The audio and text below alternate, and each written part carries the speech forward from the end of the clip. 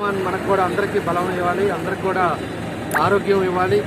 వాళ్ళు చేసే కార్యక్రమాల్లో ముందుకెళ్ళాలి. ఒంగోలులో ప్రజలంతా కూడా సుఖశాంతులతో ఉండాలని ఆ భగవంతుని నేను కూడా కోరుకుంటూ ఈ కార్యక్రమాన్ని ఎవరైతే విశ్వ హిందూ పరిషత్ వాళ్ళు ఆర్గనైజ్ చేస్తున్నారో వాళ్ళందరూ కూడా పేరు పేరున నా అభినందనలు, ధన్యవాదాలు తెలియజేస్తున్నాను. తప్పకుండా ఈ యాత్ర జయప్రదం కావాలనేది ఆ భగవంతుని కూడా కోరుకుంటున్నాను.